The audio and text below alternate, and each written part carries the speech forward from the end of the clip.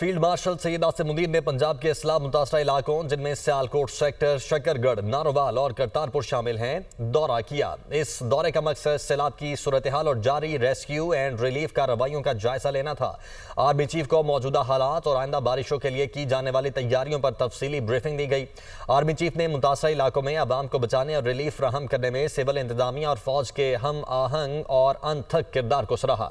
Army chief ने इस मौके पर इलाके की मुतासरा सिख बरादरी से भी मुलाकात की और यकीन दिलाया कि सैलाब के दौरान मुतासिर होने वाले तमाम मजहबी मकामात बाशमूल दरबार साहब करतारपुर को तरजीही बुनियादों पर अपनी असल हालत में बहाल किया जाएगा।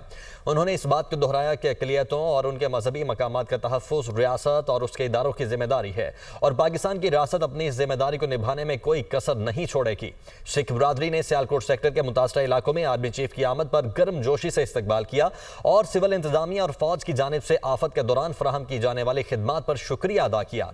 आर्मी चीफ ने दरबार साहब करतारपुर का फजाई मुआयना भी किया।